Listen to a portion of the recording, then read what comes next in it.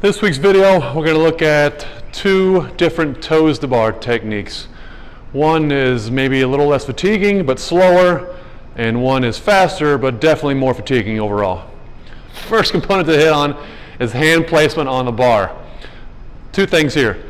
We suggest for most people to try and go thumb around the bar so that you can also kind of grab your fingertips with your thumb, help you hang on a little better there.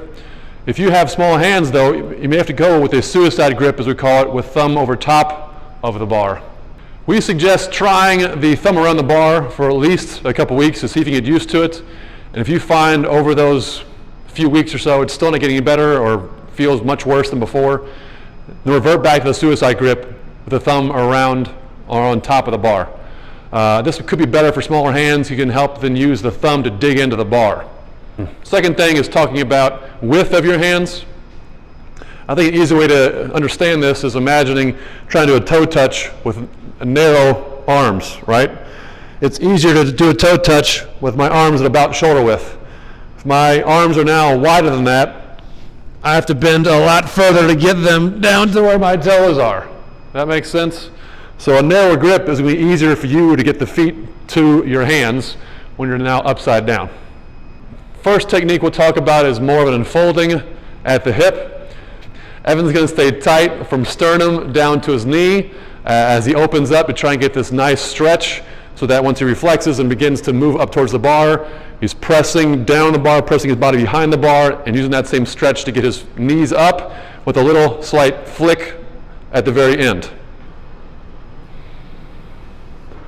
The lats tight, pressing down and getting behind the bar. He's tight from sternum down to knees. He comes down.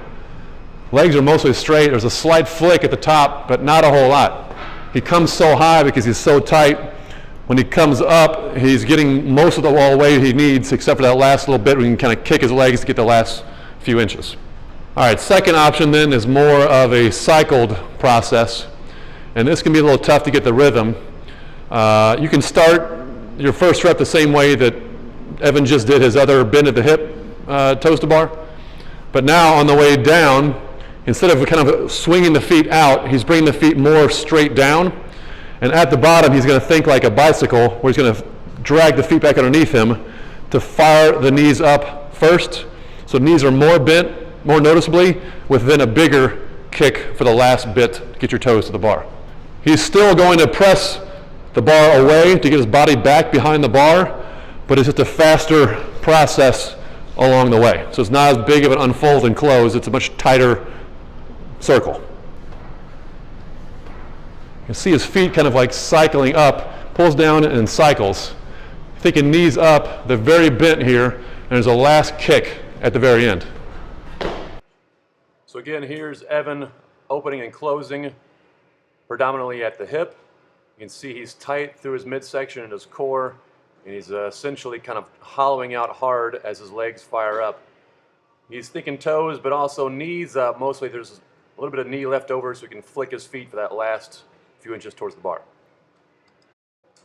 Now this is the scoop method. You can see how his feet, he pulls them down faster and kind of cycles them behind him as if he's riding a bicycle.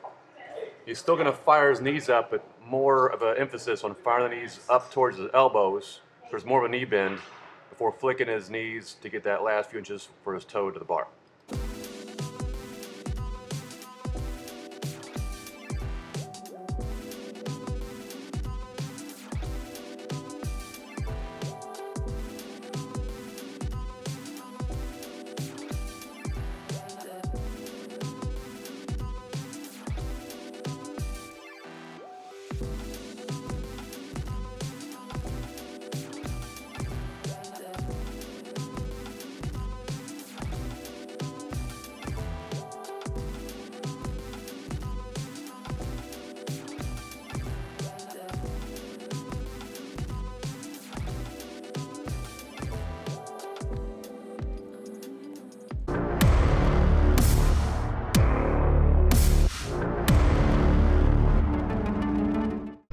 All right, so first option we'll look at for toes to bar is what we'll call more of an unfolding technique, where Evan's going to do most of the work just via his core with the legs mostly straight.